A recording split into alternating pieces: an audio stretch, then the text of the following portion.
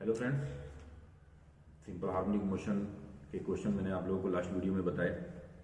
इस वीडियो में भी कुछ प्रॉब्लम्स जो पास्ट टीचर्स आई हुई हैं उसको हम लोग सॉल्व करने जा रहे हैं। मैंने जो आपको थ्योरी बताई है, जो मैंने कॉन्सेप्ट बताए हैं, उसको आप एक बार फिर से देख लीजिए और ध्यान से देख के उसको लिख के प्रैक्टिस कर लीजिए, क्योंकि वो बेहद इंपॉर्टेंट है। मैंने 2019-18 के क्वेश्चंस आप लोगों के साथ सॉल्व किए थे, लेकिन कुछ और भी अच्छे क्वेश्चंस हैं जो मैं आप लोगों के साथ शेयर करना चाहता हूँ। मैं चाहता हूँ कि आप उसका कॉन्सेप्ट सीखें और किस तरीके से अटैक करना है प्रॉब्लम के ऊपर, किस तरीके से आपका अप्रोच होना चाहिए, ये मैं आपको बताऊँ। आप इस चीज़ को सीखें, क्योंकि सिंपल हार्मोनिक मोशन बहुत ही इंपॉर्टेंट टॉपिक और बहुत ही मज़ेदार टॉपिक है। कठिन तो इसको नहीं कह सकते, आसान टॉपिक है, मज़ेदार है, स्कोरिंग है। अगर आप इस पर कमांड कर लेते हैं तो नीट में कम से कम एक क्वेश्चन, ज़्यादा से ज़्यादा 2 क्वेश्चन, और आईआईटी में तो आता ही आता है।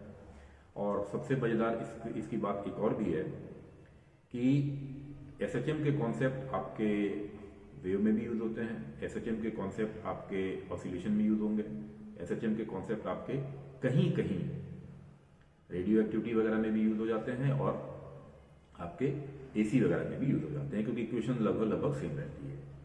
तो हम लोग ज़्यादा इधर उधर की बातें ना करते हुए आगे बढ़ते हैं और प्रॉब्लम्स पे नज़र करते हैं। प्रॉब्लम्स को ध्यान से पढ़िए।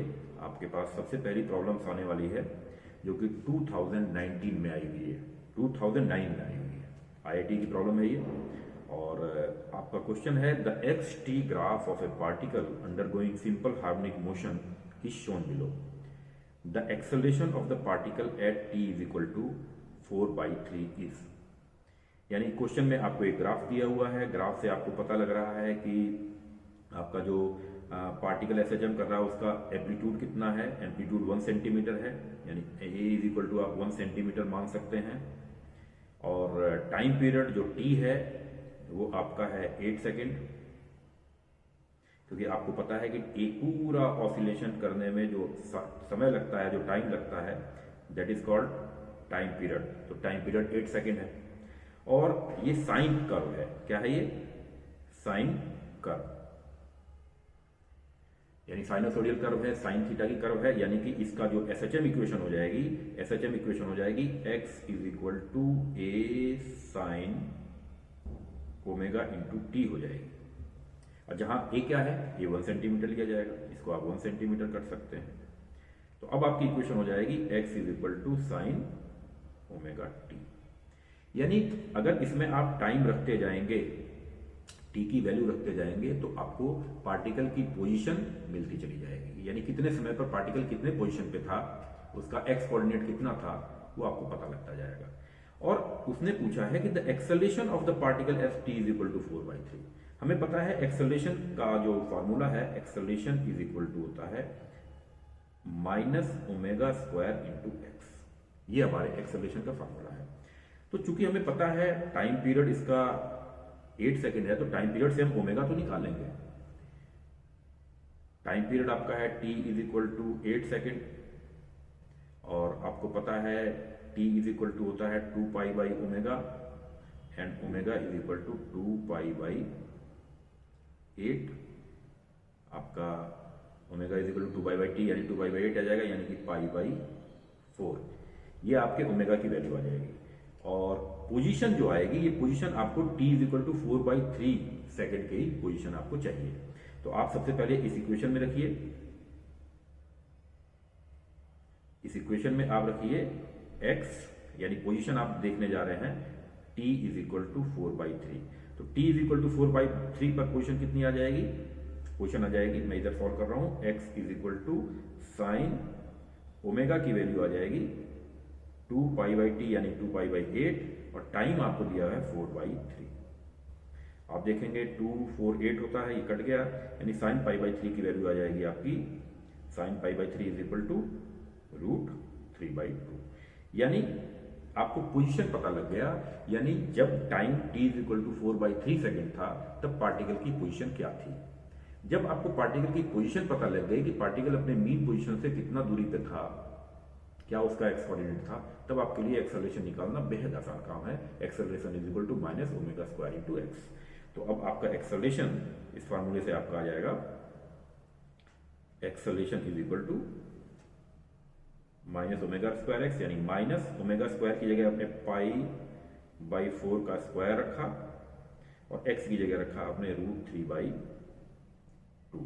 तो यहाँ पे आपका आंसर आ जाएगा पाई स्क्वायर और नीचे आपका आ जाएगा 32। 4 का स्क्वायर आपका 16 हो जाएगा, 16 टू आपका 32 हो जाएगा और ऊपर √3 और माइनस, ये आपकी इक्वेशन आएगी। यानी आपके पास जो आंसर होना चाहिए वो डी ऑप्शन होना चाहिए, √3/32 पाई स्क्वायर, यानी आपका डी ऑप्शन करेक्ट है। वैसे भी अगर आप सब कुछ भूल जाते हैं पेपर में, आपको अक्सर लगता है कि नेगेटिव मार्किंग नहीं है, मैं अगर टिक कर दूं तो हो सकता है मेरा सही हो जाए, तो इसमें आपको पता है कि यहां पर आप देख रहे हैं 0 से लेके 4 सेकेंड तक पार्टिकल की पोजीशन पॉजिटिव है, और पार्टिकल की पोजीशन अगर पॉजिटिव है तो एक्सेलरेशन हमेशा नेगेटिव होगा, क्योंकि acceleration is negative of displacement. तो डिस्प्लेसमेंट पॉजिटिव है तो एक्सेलरेशन नेगेटिव होगा। तो इससे आप ये अंदाजा जरूर लगा सकते हैं कि हमारा टाइम 4/3 भी रखा है, तो टाइम की वैल्यू कहीं ना कहीं हमारी 4/3 का मतलब 2 सेकेंड यहां पे आएगा, 4/3 1.33 यहां कहीं आएगा, टाइम की पोजीशन आपकी यहां कहीं आएगी। अब टाइम की पोजीशन अगर यहां आएगी तो इसका मतलब पार्टिकल का डिस्प्लेसमेंट पॉजिटिव है और एक्सेलरेशन नेगेटिव होगा। तो एक्सेलरेशन नेगेटिव होने का मतलब दो ऑप्शन तो आपके ऐसे ही कट जाते हैं, ए और सी। और आप अगर मान लीजिए हिट एंड ट्रायल करते हैं, वैसे ही अगर आप मान लीजिए ऑप्शन मारना चाहते हैं तो आपके पास केवल बी और डी ऑप्शन ही रहेंगे जिसमें से आप मार सकते हैं, यानी 50% चांस आपके क्वेश्चन को करेक्ट करने के बढ़ जाएंगे। और अगर आप जो है कॉन्सेप्ट से वाकिफ हैं तब तो आप बड़े आसानी से सॉल्व कर सकते हैं। तो फ्रेंड, इसका आंसर जो आपका आया है वो डी आया है। और डी आंसर के बाद हम लोग नेक्स्ट क्वेश्चन पे चलते हैं। नेक्स्ट क्वेश्चन क्या कह रहा है? नेक्स्ट क्वेश्चन आपका है 2011 IIT मेंस का सवाल है, और क्वेश्चन है a point mass is subjected to 2 simultaneous sinusoidal displacement in x direction. एक पार्टिकल पे दो डिस्प्लेसमेंट लगे हैं, एक है a sin ओमेगा t यानी एक SHM लगा हुआ है, एक दूसरा भी SHM लगा हुआ है a sin ओमेगा t + 2π/3। अब आगे कह रहे हैं कि adding a third sinusoidal displacement b sin omega t + phi bring the mass to a complete rest, यानी तीसरा डिस्प्लेसमेंट उस पार्टिकल को कंप्लीट रेस्ट पे ले आता है। तो b और phi की वैल्यू क्या होनी चाहिए? मैंने आपको इससे पहले वाले वीडियोस में जब मैं आपको क्वेश्चन सॉल्व करने का टिप बता रहा था तो मैंने आपको बताया है कि कोई भी साइनोसोडियल क्वांटिटी आपको वेक्टर के फॉर्म में रिप्रेजेंट की जा सकती है, जिसको हम लोग फेजर कहते हैं। तो अगर वो वीडियो आपने देखा है तो आपको आइडिया होगा कि फेजर कैसे रिप्रेजेंट किया जाता है। एक पार्टिकल पे आपके दो SHM लग रहे हैं, एक को आपने a लंबाई का वेक्टर बनाया और उसको मान लिया a sin ओमेगा t। दूसरा वेक्टर इस a sin ओमेगा t से आप देख रहे हैं 120 डिग्री, ये 2π/3 का मतलब हुआ 120 डिग्री। तो 120 डिग्री एंटी क्लॉकवाइज रोटेट किए हुए बनाएंगे आप। लंबाई उस वेक्टर की a के ही बराबर होगी, यानी दूसरा वेक्टर जो आप x2 बनाएंगे ये तो आपका x1 हो गया, और x2 जो आप बनाने वाले हैं वो 120 डिग्री पे बनाएंगे, यानी ये एंगल आपका 120 होगा और लंबाई इसकी भी a ही होगी। और इन दोनों वेक्टर को आप जोड़ेंगे, दोनों वेक्टर को जोड़ने पे आपको पता लगेगा कि ये दोनों SHMs जब एक पार्टिकल पर एक साथ लगेंगे तो रिजल्टेंट क्या होगा। तो उसके लिए आपको क्या करना रहेगा? उसके लिए आपको इसका वेक्टर सम करना रहेगा, और वेक्टर सम करने के बाद रिजल्टेंट आपका जो आएगा वो आने वाला है ये आपका रिजल्टेंट आने वाला है। इसको मैं हाईलाइट कर रहा हूं, ये आपका रिजल्टेंट आएगा। और फ्रेंड्स, एक जो है कॉन्सेप्ट आप हमेशा के लिए रटे रहिए, कई बार इस पर क्वेश्चन आया है, प्रूफ भी इसका आप वेक्टर में जानते होंगे। जब दो सेम मैग्नीट्यूड के वेक्टर, सेम मैग्नीट्यूड का मतलब हो गया लंबाई दोनों की सेम है, सेम मैग्नीट्यूड के वेक्टर जब 120 डिग्री पे जोड़े जाते हैं, यानी 120 डिग्री पे जब आप ऐड करते हैं तो उनका रिजल्टेंट भी उतने ही मैग्नीट्यूड का आता है। यानी अगर 3 मैग्नीट्यूड का एक वेक्टर 3 मैग्नीट्यूड के वेक्टर से 120 डिग्री पे जुड़ेगा तो उसका रिजल्टेंट भी 3 ही आएगा। इसको आपको दिमाग में रख लेना चाहिए हमेशा हमेशा के लिए। ये कई जगह यूज होता है कॉन्सेप्ट, कई जगह आपको क्वेश्चन में 120 डिग्री पे जुड़वाया जाता है ताकि आपको ज्यादा कैलकुलेशन ना करना पड़े। तो अगर आप दो वेक्टर को अगर आप जोड़ते हैं, दो वेक्टर को जोड़ने के बाद आप रिजल्टेंट लेते हैं, वो दोनों वेक्टर सेम मैग्नीट्यूड के हैं और 120 डिग्री पे एडिशन हुआ है उनका, तो उनका मैग्नीट्यूड भी सेम आएगा, यानी कि जो रिजल्टेंट आया है वो ए ही मैग्नीट्यूड का होगा। अब जिन दो वेक्टर को आपने जोड़ा है उनका रिजल्टेंट आ चुका है, तो उन वेक्टर का कोई महत्व अब नहीं है। क्यों? क्योंकि वो वेक्टर तो जुड़ के रिजल्टेंट दे चुके हैं। तो अब ये वेक्टर आपका इससे कोई मतलब नहीं रह गया, इससे कोई मतलब नहीं रह गया, यानी जो आपने x1 और x2 को ऐड किया था वो रिजल्टेंट के फॉर्म में ये आपका आ चुका है। अब इसको हमको जीरो बनाना है, तो पक्की बात है कि हमें इसके अपोजिट में एक वेक्टर डालना पड़ेगा जो कि इसको नलीफाई कर दे, इसका रिजल्टेंट जीरो बना दे। तो यानी कि तीसरा SHM जो होगा x3, वो मैंने आपको शो कर दिया है येलो कलर से, और ये कितने एंगल पे रहेगा, यहां से इतने एंगल पे रहेगा। और लंबाई कितनी होनी चाहिए इसकी, क्योंकि ए वेक्टर को ही कैंसिल आउट करना है, ए लंबाई के ही वेक्टर को कैंसिल आउट करना है, तो इसकी लंबाई भी ए ही होनी चाहिए।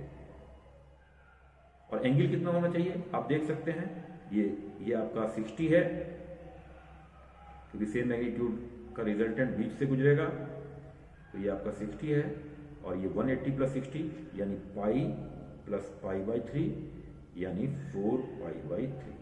यानी आप केवल डायग्राम से इस क्वेश्चन को सॉल्व कर सकते थे, इसमें कोई आपको मैथमेटिकल कैलकुलेशन करने की आवश्यकता नहीं थी। तो आंसर आपका आना चाहिए कि जो रिजल्टेंट जो आप x3 यूज कर रहे हैं उसमें b की लंबाई a के बराबर होनी चाहिए, यानी a, और फाई की वैल्यू यानी एंगल कितना होना चाहिए ओमेगा टी से, वो फाई की वैल्यू होनी चाहिए 4 पाई बाई 3। तो आपका आंसर हो जाएगा आपका इसमें बी ऑप्शन, ये ऑप्शन आपका करेक्ट होगा। तो फ्रेंड्स, आपका कॉन्सेप्ट धीरे धीरे मैच्योर हो रहा होगा, मैं उम्मीद यही कर रहा हूं। आगे बढ़ते हैं, और ये क्वेश्चन आपका 2000 का क्वेश्चन है, यानी 2000 में आया था क्वेश्चन ये। और क्वेश्चन क्या है, the period of oscillation of simple pendulum of length L suspended from roof of a vehicle which move without friction down an inclined plane of inclination alpha is given by। यानी एक vehicle है जो कि inclined plane pay slip हो रहा है, क्योंकि friction नहीं है तो फिर वो रोटेट तो पहिया उसका होगा नहीं, वो स्लिप ही करेगा। तो स्लिप हो रहा है, और स्लिप कितने से करेगा आपको पता है, कोई बॉडी अगर इंक्लाइंड प्लेन पे रख दी जाती है तो कितने से स्लिप करती है, कितना उसका एक्सेलरेशन होता है। इसका एक तरीका तो बड़ा आसान है कि हम ये देखना चाह रहे हैं कि हमारा इंक्लाइंड प्लेन ये है, और यहां पर हमारे पास व्हीकल है,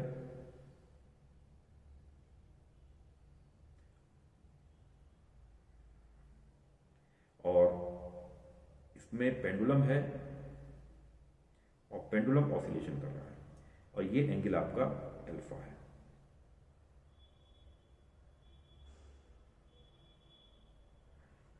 ये एंगल आपका अल्फा है। अब अगर मान लीजिए इंक्लिनेशन अगर अल्फा ना होता, जीरो होता, तो क्या होता, तो जीरो होता तो इसका मतलब वो सिंपल ग्राउंड प्लेन पे चलता और एक्सेलरेट भी ना होता।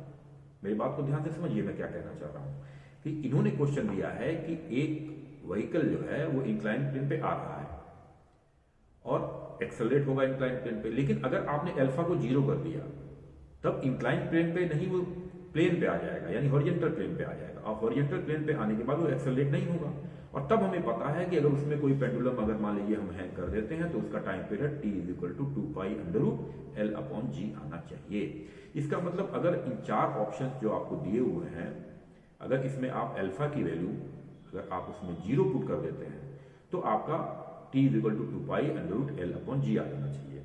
तो यहां पर आप देखें अल्फा की वैल्यू जीरो रखने पर कॉस अल्फा 1 हो जाएगा, और यहां पर आ जाएगी 2 pi under root L upon g. यहां पर देखें ये तो पहले ही 2 pi under root L upon g है, यहां पर अल्फा की वैल्यू रखेंगे तो टाइम पीरियड आ जाएगा आपका इनफाइनाइट, क्योंकि साइन अल्फा की वैल्यू आपको पता है जीरो होती है। यहाँ टेन अल्फा भी जीरो होता है, तो यहाँ भी time period is equal to infinite आ जाता है। यानी इतना कंफर्म है कि time period t is equal to 2 pi under root L upon g जब होगा जब इंक्लिनेशन आपका जीरो होगा। तो हमने अल्फा को जीरो किया और देखा कि किसमें टाइम पीरियड सिंपल पेंडुलम का आ जा रहा है, तो आपका ऑप्शन फर्स्ट हो गया। लेकिन इसको प्रूफ भी किया जा सकता है, प्रूफ करने का भी मैं तरीका बता देता हूं। अगर किसी इंक्लाइन प्लेन पे अगर किसी इंक्लाइन प्लेन, ये आपके पास इंक्लाइन प्लेन है, और किसी कार में जो एक्सेलरेट हो रही है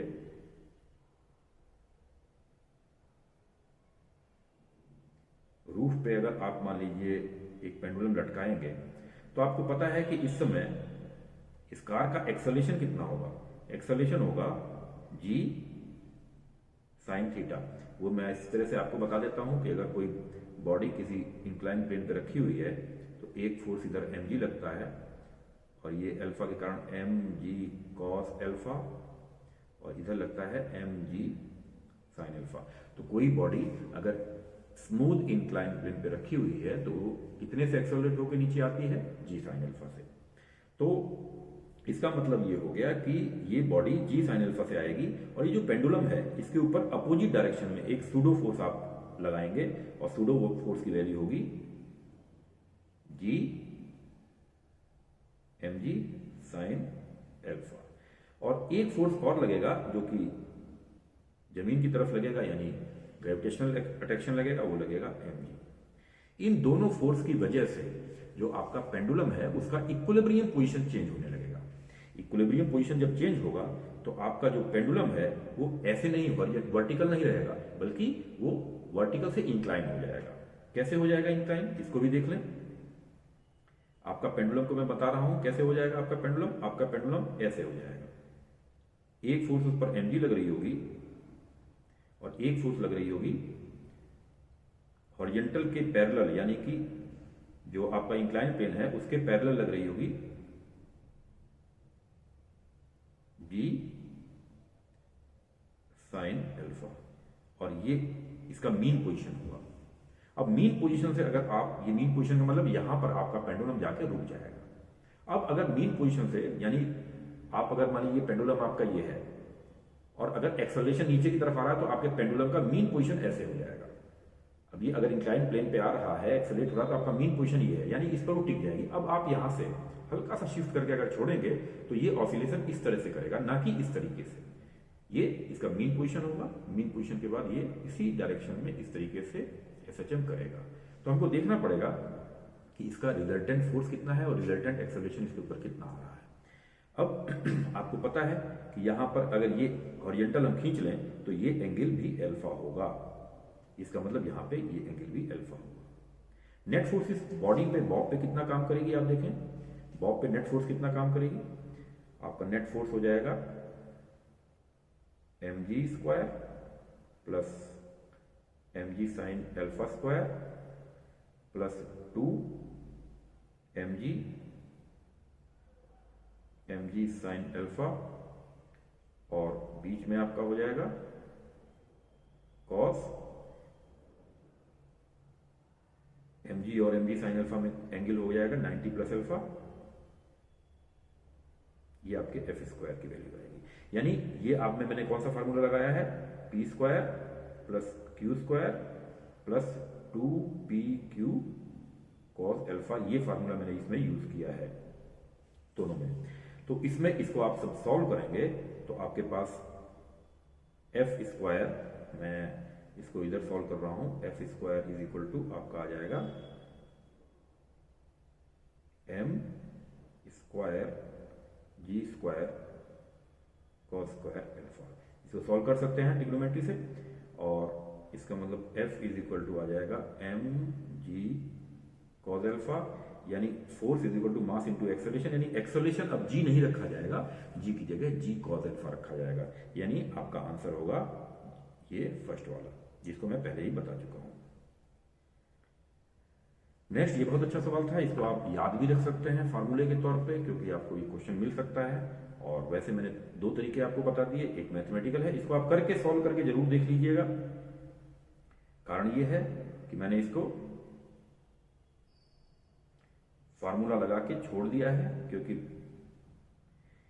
इसके बाद ट्रिग्नोमेट्रिक कैलकुलेशन है, और cos 90 माइनस अल्फा को आप रखेंगे माइनस साइन अल्फा, ये ध्यान रखेंगे, cos 90 plus alpha is equal to minus sine alpha. आगे बढ़ते हैं नेक्स्ट क्वेश्चन पे। नेक्स्ट क्वेश्चन है, uniform cylinder of length L, mass M having cross section area A is suspended with its length vertical from a fixed point by a massless spring such that it is half submerged in a liquid of density rho at equilibrium position. When the cylinder is given a small downward push, it start oscillation vertically with a small amplitude. If force constant of the spring is K, the frequency of oscillation of the cylinder is. ये question भी आपका उसी तरीके का है।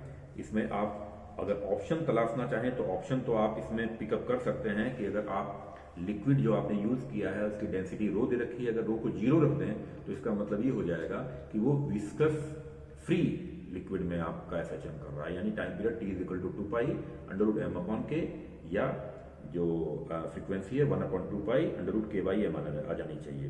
तो √K/m आपका यहाँ पे भी आएगा, यहाँ पे भी आएगा, यहाँ पे सब जगह आएगा, इसलिए इसको सॉल्व करना पड़ेगा। तो मैं आपको इसको सॉल्व करने का तरीका बताता हूँ। क्वेश्चन क्या है? क्वेश्चन ये है कि एक सिलेंडर है और सिलेंडर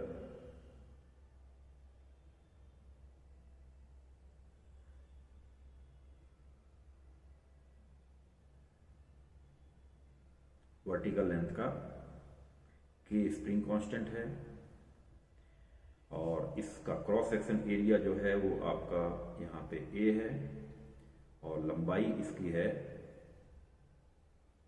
L, मास है इसका M और so that it is half submerge. अब ये किसी लिक्विड में हाफ सबमर्ज है, यानी आधा ये डूबा हुआ है, यानी जिस लिक्विड में है वो आधा डीप है। मैंने आपको क्या बताया था? मैंने बताया था जब भी आपको किसी भी एसएचएम का टाइम पीरियड कैलकुलेट करना हो तो आप क्या करते हैं, उस बॉडी को जो एसएचएम कर रही है उसको हल्का सा पुश करेंगे या मीन पोजीशन से हल्का सा शिफ्ट करेंगे, चाहे लेफ्ट और राइट। तो यहां पे भी आपको यही काम करना है। जब आप मीन पोजीशन से उसको शिफ्ट कर देंगे तब आपको रेस्टोरिंग फोर्स की वैल्यू पता लगेगी, यानी उस पर कितना अब रेस्टोरिंग फोर्स का मतलब वापस ले जाने वाला कितना फोर्स उस पर वर्क कर रहा है। और फिर आप क्या करेंगे, F is equal to ma कर सकते हैं और बड़े आसानी से acceleration is equal to ω² x proof कर सकते हैं। अब मैंने क्या किया, इस सिलेंडर को हल्का सा पुश किया। कितना पुश किया? मैंने इस सिलेंडर को पुश किया डाउनवर्ड। कितना डाउनवर्ड पुश किया है? x अमाउंट से। मान लीजिए मैंने इस सिलेंडर को x अमाउंट से पुश किया, तो x अमाउंट से जब मैं पुश करूंगा तो ये लिक्विड को डिस्प्लेस करेगा। लिक्विड को कितना डिस्प्लेस करेगा? मान लीजिए मैंने x अमाउंट से उसको डिस्प्लेस कर दिया।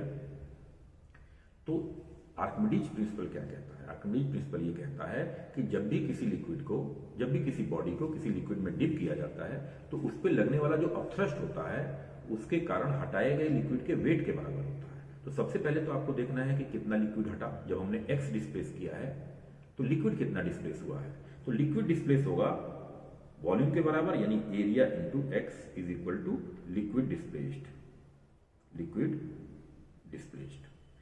और लिक्विड डिस्प्लेस करने का, लेकिन आर्किमिडीज कहते हैं कि जो हटाए गए लिक्विड का वजन है उसके बराबर अपथ्रस्ट लगती है। तो अभी तो ये लिक्विड का वॉल्यूम आया है a इंटू एक्स, लेकिन अपथ्रस्ट कितना लगेगा? अपथ्रस्ट की वैल्यू होगी a x, ये आपका वॉल्यूम आ गया है लिक्विड का, और इसमें रो की मल्टीप्लाई कर देंगे तो ये मास आ जाएगा, और g का मल्टीप्लाइकेशन कर देंगे तो इतना फोर्स आपका जो होगा वो अपथ्रस्ट के फॉर्म में लगेगा, जिसको मैं यहाँ पर रेड कलर से दिखा रहा हूं। ये आपका अपथ्रस्ट ऊपर की साइड लगेगा। और जब आपने x डिस्प्लेस किया है तो एक फोर्स और भी इसमें काम कर रही है, जो कि F is equal to -kx से होती है। आपको पता है जब कोई स्प्रिंग अगर आप x खींचेंगे तो वो F is equal to -kx, यानी अपोजिट डायरेक्शन में k इंटू एक्स फोर्स लगाएगी। तो एक फोर्स स्प्रिंग ने लगा दिया इस बॉडी के ऊपर, वो हो गया k इंटू एक्स। तो अब आप देख रहे हैं कि अपथ्रस्ट और kx दोनों ही डिस्प्लेसमेंट के अपोजिट डायरेक्शन में है, यानी आप नेट फोर्स निकालेंगे। नेट फोर्स इसके ऊपर कितना लगा? Net force is equal to लग जाएगा ax rho and g plus k into x. ये इतना फोर्स आपका यहां पर लगेगा, लेकिन आपने डिस्प्लेसमेंट लेफ्ट नीचे किया है, फोर्स लग रहा है ऊपर, तो माइनस आप और लगा देंगे। क्या अब ये आपके पास f इज इक्वल टू आपके पास आ गया है x को आप कॉमन ले लीजिए और आपके पास आ जाएगा a rho g plus k और माइनस यहाँ पर। और आपने देखा force is proportional to displacement आ गया और जो ब्रैकेट में जो क्वांटिटी आपको दिखाई दे रही है वो सारी की सारी कांस्टेंट है। मींस एरिया कांस्टेंट है, ग्रेविटी कांस्टेंट है, density of the liquid is also constant. So आपका जो ब्रैकेट के अंदर पैरेंथेसिस के अंदर जो आपकी क्वांटिटी आई है that is constant. So force is proportional to displacement, negative of displacement. And जो पैरेंथेसिस में क्वांटिटी है, जो ब्रैकेट में क्वांटिटी आप देख रहे हैं that is called omega square. तो ये आपका आ गया ओमेगा स्क्वायर। तो अब आपके पास omega square is equal to A rho g plus force is equal to यहाँ पर आपका ये तो फोर्स की वैल्यू आई है, यहाँ पर एक्सेलरेशन भी निकालना है आपको। थोड़ा सा एक टर्म इसमें रह गई है,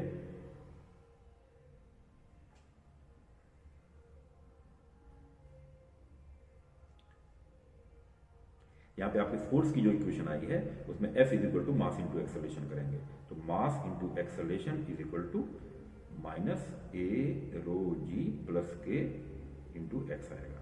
और एक्सेलरेशन इज इक्वल टू क्या आ जाएगा, एक्सेलरेशन इज इक्वल टू आ जाएगा minus a rho g plus k by m into x.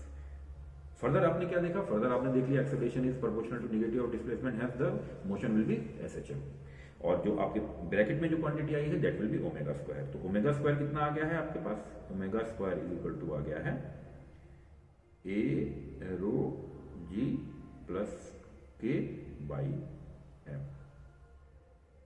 और आपके पास जो इक्वेशन आने वाली है वो आप देख सकते हैं, t is equal to 2 pi by omega. आपसे फ्रीक्वेंसी पूछा है तो फ्रीक्वेंसी जो एफ होती है वो होती है ओमेगा अपॉन 2 पाई,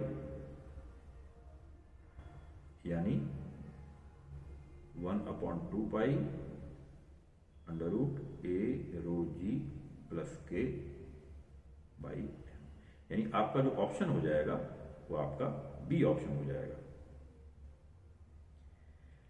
यहां पर मैं इसको हटा देता हूं।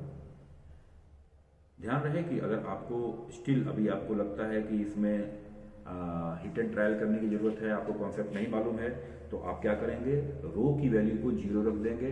रो की वैल्यू को 0 रख देने से जो लिक्विड में आपका जो सिलेंडर है वो उसका ड्रैग खत्म हो जाएगा, उसका ऑसिलेशन जो होगा वो फ्री होगा, यानी t is equal to 2 pi under root M upon k answer आना चाहिए।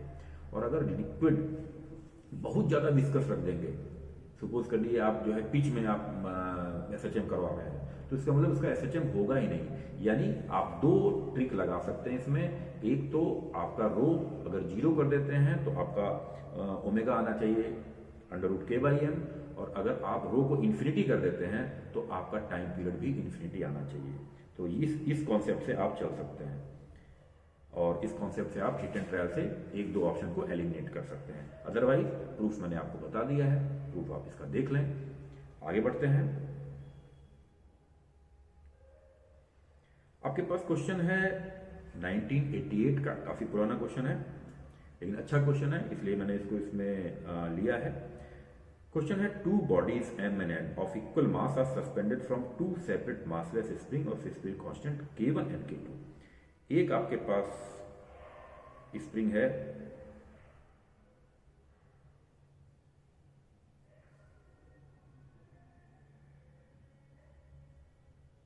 और इसका स्प्रिंग कांस्टेंट है k1 और इस पर मास जो हैंग किया हुआ है m है। दूसरा जो स्प्रिंग है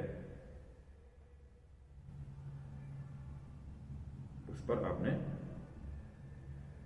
दूसरी स्प्रिंग लगाई है, उसका स्प्रिंग कांस्टेंट k2 है और उस पर मास m ही लटका हुआ है, क्योंकि इन्होंने कहा है कि 2 bodies m and n of equal masses are suspended from 2 separate massless spring of spring constant k1 and k2। If 2 bodies oscillate vertically such that their maximum velocities are equal। Maximum velocity कब equal होती है, maximum velocity होती कितनी है, maximum velocity होती है omega into a. Maximum velocity या speed is equal to a into omega.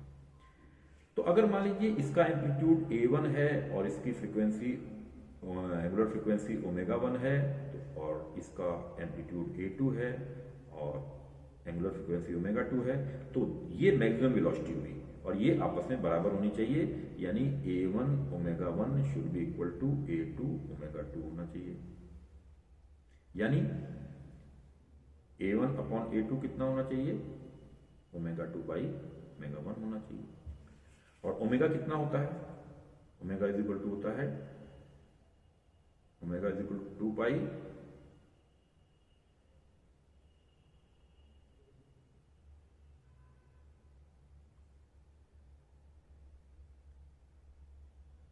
Omega is equal to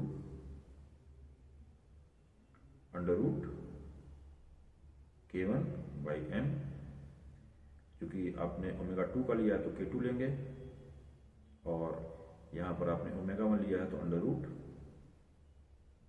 K1 by M, M cancel हो जाएगा तो A1 अपॉन A2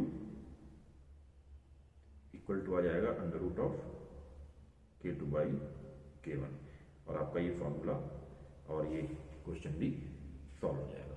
तो क्वेश्चन बेहद आसान था, 1988 का क्वेश्चन था, आसान है, लेकिन इसमें आपको एक फार्मूला याद रखना पड़ेगा कि मैक्सिमम वेलोसिटी या मैक्सिमम स्पीड किसी भी एसएचएम में कितनी होती है। मैक्सिमम स्पीड होती है A इंटू ओमेगा, इसको आपको याद रखना है।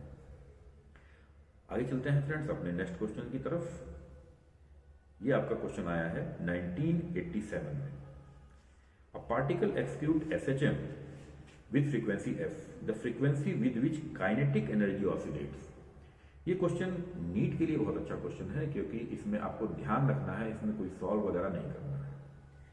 आपको मैं बता दूं इसको कैसे सॉल्व किया जाएगा।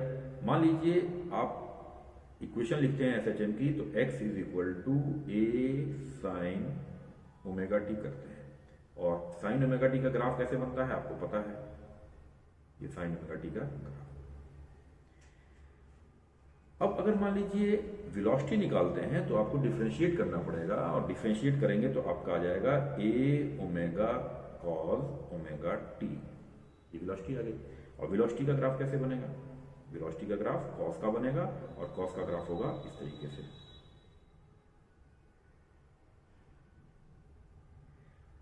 और अगर आप काइनेटिक एनर्जी या पोटेंशियल एनर्जी कुछ भी निकाल रहे हैं तो काइनेटिक एनर्जी जो K होगी वो होगी हाफ m v स्क्वायर, यानी a square omega square cos square omega T. यहाँ पर काइनेटिक एनर्जी का जो ग्राफ होगा उसमें आपका कॉस स्क्वायर ओमेगा टी का ग्राफ आपको बनाना पड़ेगा। ध्यान रखिए, आपने पोजीशन में आपने साइन का ग्राफ बनाया, वेलोसिटी में आपने कॉस का बनाया, लेकिन काइनेटिक एनर्जी में कॉस स्क्वायर आ गया। तो ध्यान रखिए, कॉस स्क्वायर का ग्राफ का मतलब हो गया कि आपने कॉस की ग्राफ को स्क्वायर किया है। इसका मतलब जो निगेटिव पोर्शन जो आपका एक्स एक्सिस के नीचे बन रहा था ये भी ऊपर चला जाएगा, यानी कॉस स्क्वायर का ग्राफ जो बनेगा वो इस तरीके से बनेगा। कॉस के तरीके से ही होगा लेकिन ये ऊपर चला जाएगा, इसका जो ये माइनस वाला पोर्शन है ये भी प्लस में बदल जाएगा। तो अब आप देखेंगे कि टाइम पीरियड के बारे में मैं आपको बताऊं।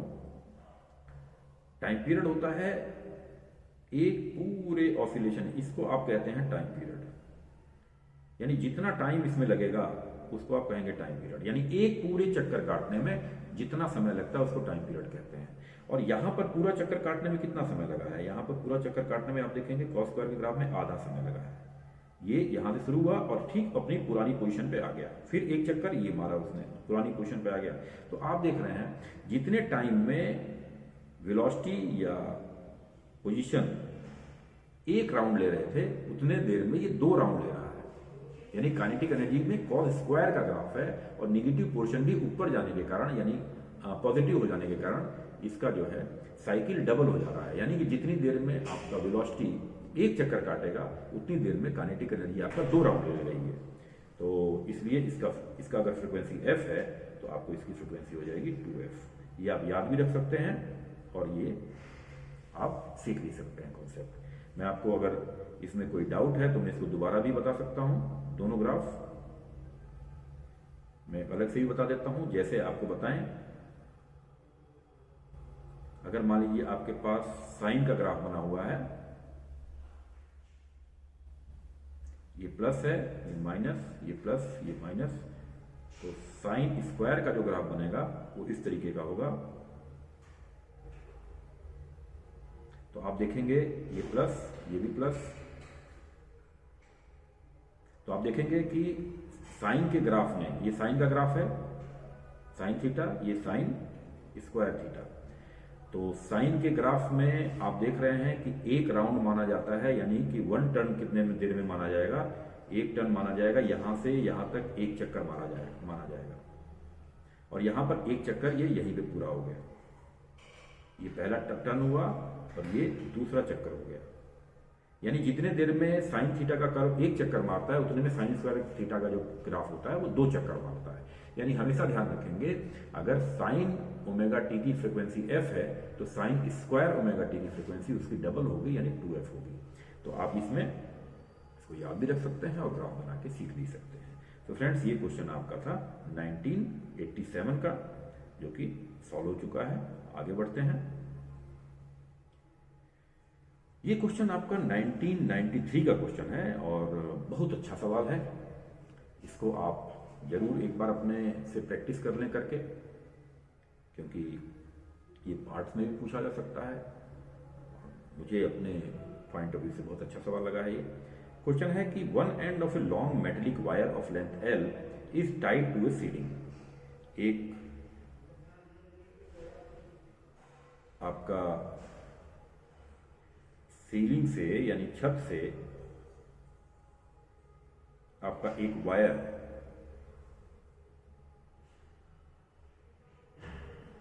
इस तरीके से हैंग हो रखा है, लटका हुआ है, और other end is tied to a massless spring of spring constant K। दूसरा एंड जो है उस एंड पे एक मासलेस स्प्रिंग लटकाई गई है और इस मासलेस स्प्रिंग का स्प्रिंग कांस्टेंट K है। जो आपको रॉड है उसमें दे रखा है mass M is freely suspended from the other end, ये मास M है। The area of cross section and the Young modulus of the wire are A and Y। इसका एरिया A है, यंग मॉडुलस Y है। If the mass is slightly pull down and release it will oscillate with a time period T equal to. अब जब आप rod को नीचे खींचेंगे तो रॉड भी स्प्रिंग की तरह वर्क करेगा, क्योंकि उसको थोड़ा सा अगर खींचेंगे, अगर आप इतना खींच रहे हैं कि इलास्टिक लिमिट पार नहीं हो रही है, तो ये अपने ओरिजिनल जो पोजीशन है उसमें वापस लौट आएगा। क्योंकि इसमें आपको पता है हुक का नियम या हुक्स लॉ कब लागू होता है, जब इलास्टिक लिमिट पार ना हो, यानी within the elastic limit. अब within the elastic limit रहेगा तो stress is always proportional to strain. ये हुक्स का लॉ है कि प्रत्यास्थता की सीमा के भीतर जो स्ट्रेस होता है वो स्ट्रेन के प्रोपोर्शनल होता है। तो मान लीजिए आपने क्या किया, मैंने आपको टाइम पीरियड निकालने के लिए एक ही कॉन्सेप्ट बताया है कि सबसे पहले आप बॉडी को x डिस्प्लेस करिए। जब x डिस्प्लेस करेंगे तो क्या होगा, तो सबसे पहले हम इस एक का तो हमको k मालूम है, स्प्रिंग का तो k मालूम है। अगर हमको रॉड का भी k पता लग जाए तो हम ये मान सकते हैं कि रॉड और स्प्रिंग दोनों सीरीज में हैं और उनका k हम बड़े आसानी से जोड़ सकते हैं, ऐड कर सकते हैं सीरीज मान के, और तब हम लोग बड़े आसानी से टाइम पीरियड भी निकाल सकते हैं। तो मैं आपको यहां पर एक रॉड लेके उस रॉड का k निकालना बता रहा हूं। ये रॉड है, इस रॉड के सिरों को मैंने क्या किया, डेल्टा x डिस्प्लेस कर दिया, और मान लीजिए इसकी लेंथ L थी और मैंने डेल्टा x या डेल्टा बल्कि डेल्टा L ले लेते हैं इसको, डेल्टा L डिस्प्लेस कर दिया और ओरिजिनल लेंथ L थी। तो स्ट्रेस कितना आएगा, स्ट्रेस मान लीजिए मैंने फोर्स F लगाया है तो स्ट्रेस आएगा, स्ट्रेस इज इक्वल टू आ जाएगा फोर्स अपॉन एरिया, और स्ट्रेन कितना आएगा, स्ट्रेन इज इक्वल टू आ जाएगा आपका डेल्टा L बाई L, ये स्ट्रेन आएगा। और आपको पता है स्ट्रेस बाई स्ट्रेन ही यंग मॉडुलस होता है। तो अगर आप stress F upon A by strain delta L by L is equal to Young modulus Y रखेंगे तो आपके पास आ जाएगा F is equal to Y delta L by capital L into A, यानी F is equal to Y A by L into delta x या delta L. तो अब आप देख रहे हैं फोर्स और इधर डिस्प्लेसमेंट, यानी कि आप ये कह सकते हैं कि ये तो F बराबर माइनस के एक्स टाइप की इक्वेशन आ गई है। F इज इक्वल टू के इंटू एक्स की इक्वेशन आ गई, यानी ये आपका जो रॉड है उस रॉड का K माना जाएगा, यानी रॉड अगर स्प्रिंग की तरह वर्क करेगा तो उसका K माना जाएगा। K कितना माना जाएगा इसका? K इज इक्वल टू आ जाएगा आपका ए वाई बाई एल। इसको आप याद भी रख सकते हैं और समझ के सीख भी सकते हैं। तो अगर आपके पास K is equal to A Y by L आ गया तो इसका मतलब स्प्रिंग कांस्टेंट K है और रॉड का स्प्रिंग कांस्टेंट ए वाई है, और दोनों क्या है? दोनों सीरीज में जुड़े हुए हैं। तो इनका नेट जो स्प्रिंग कांस्टेंट आएगा 1/K1 प्लस 1/K2 से आएगा, ये आप अच्छी तरह से जानते हैं। और शॉर्टकट मारने के लिए आप कर सकते हैं दोनों स्प्रिंग कांस्टेंट का मल्टीप्लिकेशन अपन दोनों का एडिशन।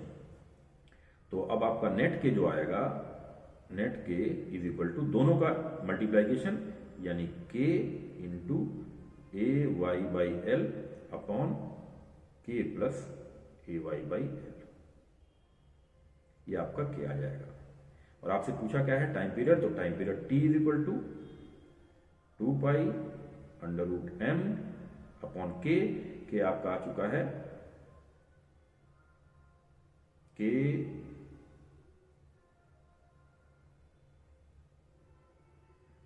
ए वाई, और ऊपर आ जाएगा के एल प्लस ए वाई, यानी आपका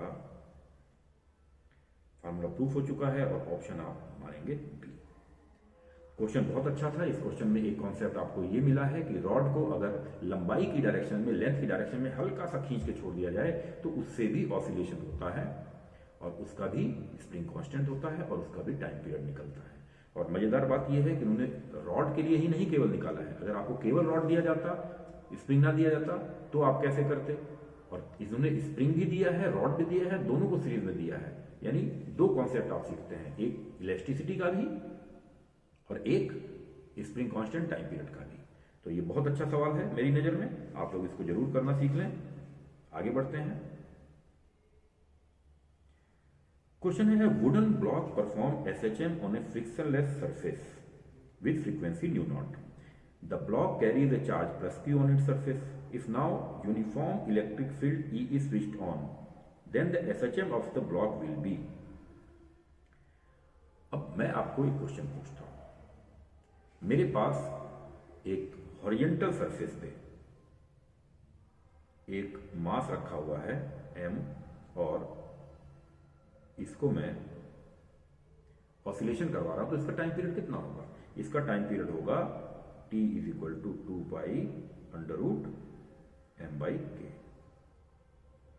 और अगर इसी को मैं क्या करता हूं, वर्टिकल कर देता हूं, तो वर्टिकल करने से पहली बात तो क्या होगा, ये इसकी ओपनिंग ज्यादा हो जाएगी, यानी नीचे ग्रेविटी खींचेगी मास को, तो इसका मीन पोजीशन जो होगा अब बदल चुका होगा, ये स्प्रिंग ओपन होगी और मास थोड़ा सा नीचे आ जाएगा।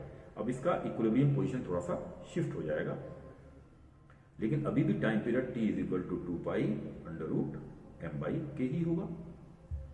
इसका मतलब कि यहां पर कोई भी ग्रेविटी फोर्स नहीं लग रही थी, लेकिन यहां पर तो ग्रेविटी भी लग रही है। तो ग्रेविटी लगने से क्या हुआ? फ्रीक्वेंसी तो चेंज नहीं हुई, टाइम पीरियड तो चेंज नहीं हुआ। हाँ, अगर आपने हॉरिजॉन्टल सरफेस पे मास को रखा था तो उसका मीन पोजीशन जहां था, वर्टिकल लटकाने पे थोड़ा सा वो नीचे आ जाएगा। तो इसी तरीके से यहां पे भी यही होगा। यहां पर आपने ग्रेविटी फोर्स नहीं लगाई है, बल्कि इलेक्ट्रोस्टैटिक फोर्स लगाई है, इलेक्ट्रिक फील्ड ऑन किया है, इससे F is equal to Q into E force लगेगा, इसलिए इक्विलिब्रियम पोजीशन जो होगा वो राइट डायरेक्शन में शिफ्ट हो जाएगा। तो लेकिन फ्रीक्वेंसी सेम रहेगी। तो आपका मेरे ख्याल से आपका ऑप्शन हो जाना चाहिए, सेम फ्रीक्वेंसी इसमें भी दिया है, सेम फ्रीक्वेंसी इसमें भी दिया है, और ये आपका चेंज फ्रीक्वेंसी गलत हो जाएगा, ये गलत हो जाएगा। विद शिफ्टेड मीन पोजीशन, तो शिफ्टेड यहाँ पे सेम मीन पोजीशन है, तो ये गलत हो जाएगा आपका, और फर्स्ट ऑप्शन आपका मोस्ट करेक्ट आंसर होगा। तो फ्रेंड्स, ये क्वेश्चन भी आपका हो चुका है, बहुत अच्छा सवाल था, 2011 का क्वेश्चन था। आगे चलते हैं।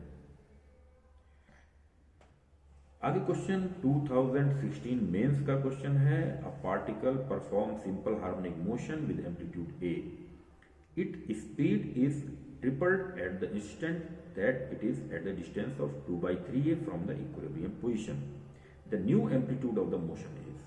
बहुत ही बेहतरीन सवाल आईआईटी वालों ने बनाया है। कह रहे हैं कि जब पार्टिकल मीन पोजीशन से 2/3a पे था, उस समय उसकी स्पीड को तिगुना कर दिया गया, 3 गुना कर दिया गया, ट्रिपल कर दिया गया। अब उसका एम्पलीट्यूड क्या हो जाएगा? यानी पहले आप फिगर बनाइए,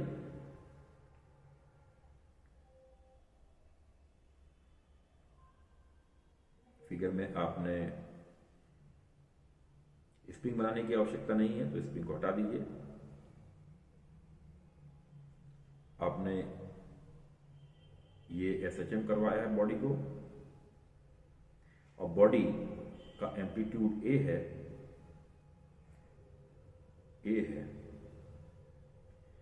और अब इसकी एनर्जी निकाल लेते हैं हम लोग। टोटल एनर्जी कितनी होती है? टोटल एनर्जी हमको पता है, टोटल एनर्जी इस समय इसकी है, total energy is equal to ½ k² ये इसकी टोटल एनर्जी है। यही फार्मूला आपको पता है कि टोटल एनर्जी का यही फार्मूला होता है, ½ k²। जब ये अपने मीन पोजीशन से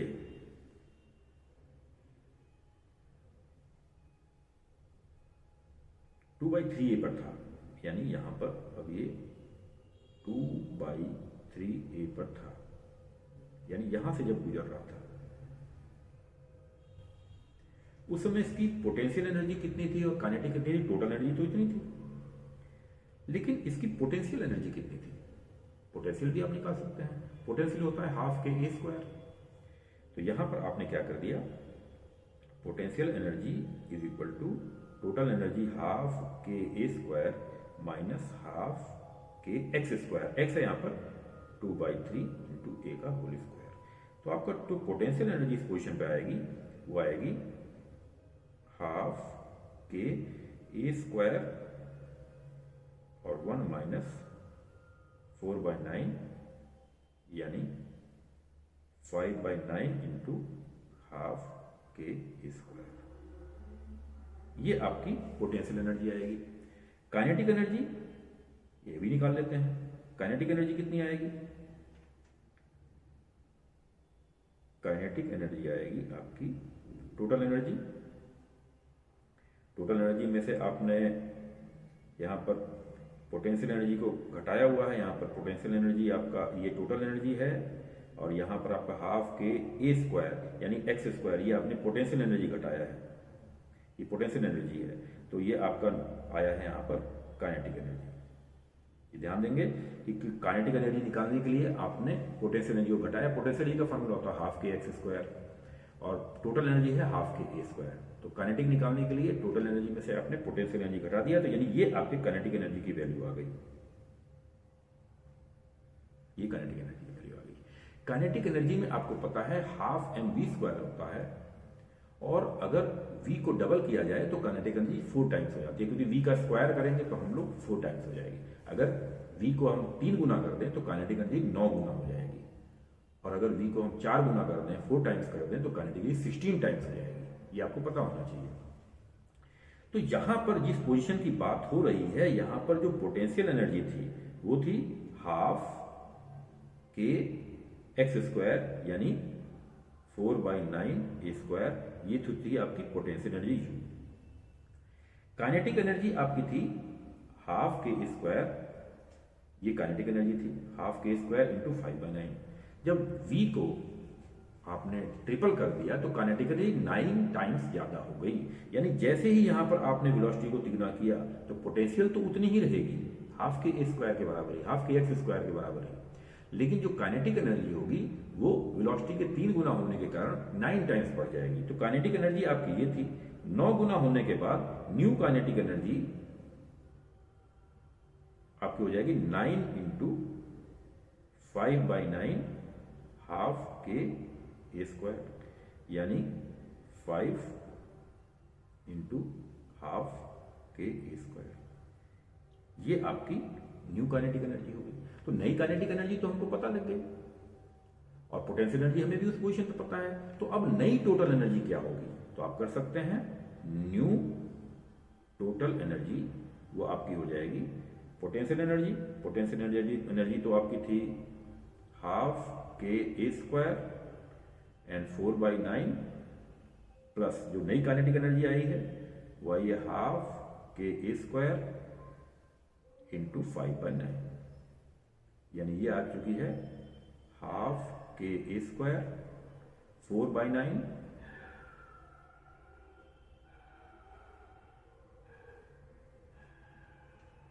4/9 प्लस 5, ये 9 नहीं रहेगा 5, क्योंकि यहाँ पे 9 टाइम्स ऑफ करेंगे तो 9 टाइम्स करने के बाद जो काइनेटिक एनर्जी होगी 9 करने के बाद 5 इंटू, ध्यान रखिए न्यू काइनेटिक एनर्जी आपकी 5 इंटू वो हाफ के ए स्क्वायर आ चुकी है, तो यहाँ पर 4/9 प्लस 5, तो ये आपका आ जाएगा हाफ के ए स्क्वायर एंड 49/9। ये आपकी नई काइनेटिक एनर्जी आएगी जो कि आपने स्पीड को 3 गुना बढ़ा दिया है, उससे डेवलप जो हुई है। तो अब ये टोटल एनर्जी आ गई है हाफ के स्क्वायर इंटू 49/9। पहले कितनी थी, पहले केवल हाफ के स्क्वायर थी, लेकिन ये जो टोटल एनर्जी आई है, अगर आप इसको, अगर मान लीजिए अब एम्पलीट्यूड ए डैश हो जाता है, तो अब टोटल एनर्जी आपकी हो जाएगी बराबर